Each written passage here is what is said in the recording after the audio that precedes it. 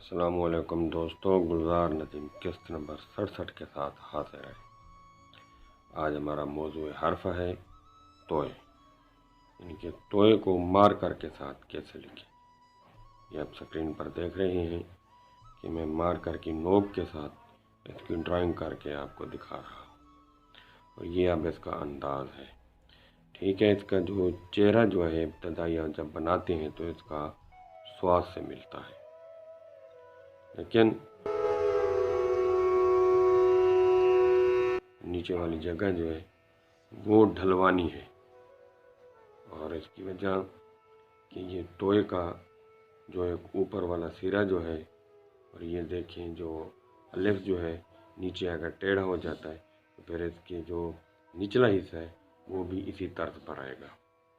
और निचला हिस्सा रा और बा से लिया गया है।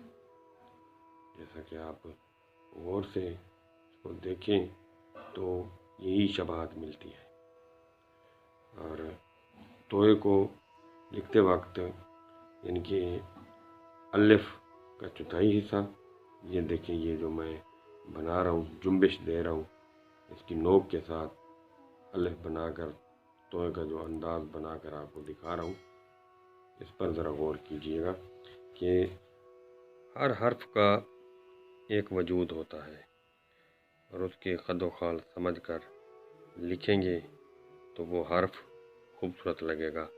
और क्योंकि ये एक रिवायती ख़ताती है, जो असातिज़ा ने इसके असूल बनाए हैं उनको फॉलो करना ज़रूरी है।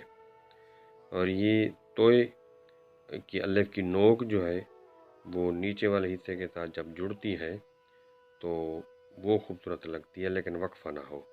आप देख रहे हैं कि एक कोने में मैंने क्लिप है, वो मैंने छोटा सा बनाकर वीडियो में दिखा रहा हूँ कि आयन का जो सिरा है वो तोय की गुलाई से मिलता है।